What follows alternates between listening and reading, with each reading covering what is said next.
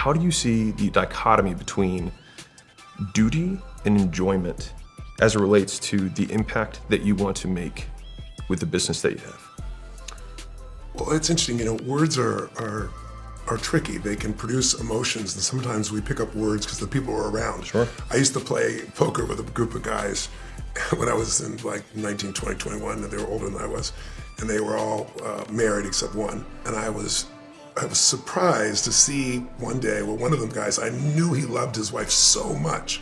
Well, two of the other guys always were talking about their wives, like I had to go back to the old ball and chain, And one day, and I couldn't help see it. It was like I was a witness of it because I was always sensitive to this. And the guy that really loves his wife, out of habit of being around other guys, I'm going on my own ball and chain, right? And the language we use produces emotion. And sometimes we can pick up words and actually pick up emotions. Yeah. Well, no, it's just like, if somebody yawns, you yawn too, or somebody starts to laugh, you do it. But words are even more powerful. So duty could be a good word, like if you're seeing yourself like a soldier, right? But I don't look at it that way. I look at it as... the obligation? No, I don't look at obligation as the same Sorry. thing. Okay. No, it's okay, but I say this because I saw this in some of your language, and I don't know if this is helpful to you. I don't pretend to coach you in any way. But for me, at least, I can tell you, I look at it as opportunity. I don't feel a sense of duty. I feel a sense of joy in being able to contribute. To me, contribution is what we're made for.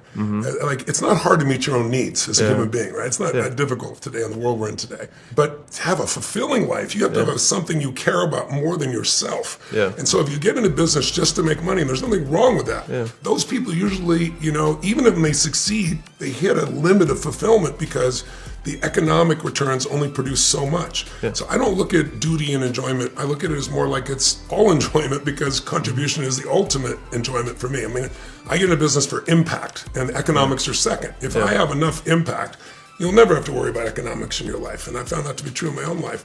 So I don't look at it quite that way. I look at it also, though, that if you think you're going to really enjoy your life and not do anything, I think you're deluded because you'll wake up one day because the only thing that makes us feel alive is growth. When you grow, then you have something to give. And when you give, then your life is more meaningful than just, pleasure. You can give yourself pleasure by, money, food, alcohol, sex, whatever it is, but it's never going to be the same as when you have something that's larger than you that you're called to. It's like, I hate the word motivation because I've never been a motivator, but people use the word. So I'll say, well, there's two types of motivation if you don't think of it that way. There's push motivation, which is, let's say, duty, or I've got to do this, or I have to do, or obligation, right? Or just, I'm going to make this happen. And look, brother, you have a huge amount of willpower. It's pretty obvious by what you've accomplished. I have tremendous respect for you. And I do too. But willpower only goes so far. That's push. Pull motivation is where there's something out there that you want to serve more than yourself that'll get you up early, keep you up late. And it isn't hard. It isn't duty. It is like what I'm made for. When you tap into that, your energy level will explode, your contribution will explode. It doesn't mean overnight everything is going to work your way. Of course it doesn't work that way. But it'll give you the constant endurance to move forward in a way in which you enjoy your life rather than someday when I get to this number, then I'm slowly going to feel good. Because it's not true. You get to the number, and if it's numbers, it'll never be enough, right? As you know that. You've done incredibly well. I have so many friends that they got their business, they sold it, they made $1.2 billion, whatever it is, and they... 5 months later, they're looking to get back in business again because so many of their needs were met by the demands and the challenges and the growing. I think the biggest problem we have as human beings is that we think we shouldn't have any. It's like problems make you grow. Problems call to you because, listen, you lift, we're both in good shape. You wouldn't be there if you lifted light weights and did 100 curls with some lightweight, right? You're built. You've built this body. You built it by challenging it. But some people, maybe because of your background in the fitness industry, no pain, no gain. But today we know that's not true. We know today that minimum dose will produce the maximum result. If you overdo it, you tear down too much, right? It's like finding the right dose, just like anything else, like a drug for somebody. And so I really think if you think you're going to just go off and enjoy your life and not add value, you're going to be deluded. You're going to be frustrated. How many people do you know that were rich and famous and the world loved and they killed themselves? Because they stopped growing. I get this, the half dozen people I've thought of in the last 10 years that have done that process. So I think, to me, it's not duty, but I do believe those much is given, much is expected. It's one of my favorite words in the whole Bible. Oh, really? I come from that place too, but to me, the expectation is a pleasure. I think the language we use trains our brain. It's like if you said to me, if I said to you, during the break here, let's have some nutritious snacks.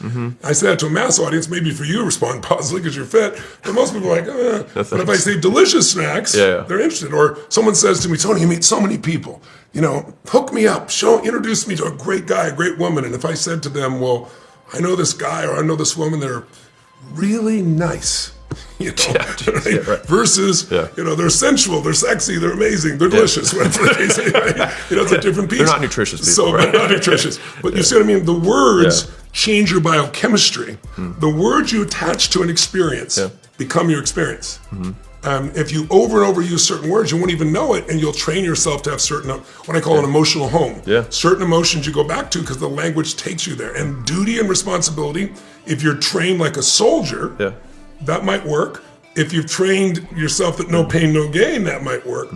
But how old do you know, may I ask? 36. Okay. At 36 years old, you built such a foundation of business, of contribution, of wealth, of your body, that at this stage, it shouldn't be pain. It shouldn't be suffering. I don't think it has to be any of those things. I think it can be total joy. But you have to kind of rewire your brain because otherwise that past training conditions you, in my opinion.